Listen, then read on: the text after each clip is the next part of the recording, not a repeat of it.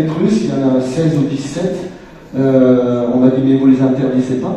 Je dis pourquoi j'interdirais les Russes de venir courir, c'est des athlètes.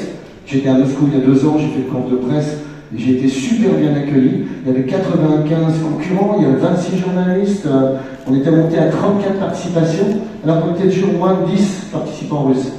Donc là, ils sont tous motivés, je n'ai pas terminé, mais toutes ces valeurs dont parlent vos parents dans ce livre, toutes les traditions d'accueil, de bienveillance, de solidarité, ça m'a beaucoup touché. Parce que c'est ça aussi qui nous guide depuis de nombreuses années. Moi, je vois le monde plus dans le partage, dans la solidarité, la bienveillance, dans les valeurs que tu as évoquées tout à l'heure. Moi, je vous encourage. Alors évidemment, on ne peut pas faire n'importe quoi. Il faut que ce soit des risques mesurés, mais quand même. Tout à fait, Patrick. Et justement, il faut savoir que donc, ce côté solidaire et justement le Marathon des Sables s'appuie aussi sur des partenaires importants. Alors, depuis les 5 à 11 ans, c'est plutôt essayer de révéler des talents, des futurs Moravidi, des futurs Ansal, n'est-ce pas? Donc ça c'est super. Donc, Alors, un petit mot sur cette 36e édition, bien sûr qui s'annonce sur de super auspices, puisqu'on on était 1050 coureurs avant mon départ. Donc ça c'est vraiment une super nouvelle, parce qu'on n'était que 670 au mois d'octobre. Une 50aine de pays aussi sont au rendez-vous, ça c'est génial. Beaucoup de médias aussi étrangers qui vont nous relayer. Une conférence de presse à Paris, une conférence de presse à Casablanca, en présentiel, où on est content de se retrouver les uns avec les autres, parce que 2 années sans se voir, quand même sans se parler, c'est un retour aussi pour le Marathon des Sables.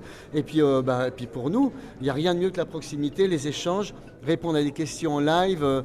Donc, parcours magnifique, parce que là je reviens, il y a 10 jours j'étais dans le désert, j'ai refait un petit parcours avec Mathieu, mon responsable de la logistique. On a pris énormément de plaisir.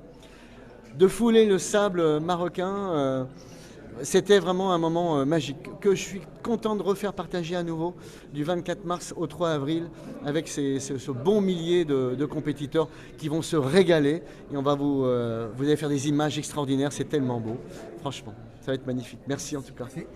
بسم الله الرحمن الرحيم. أنا عزيز الراجي، عداء من إقليم ورزازات، لقب حافظ.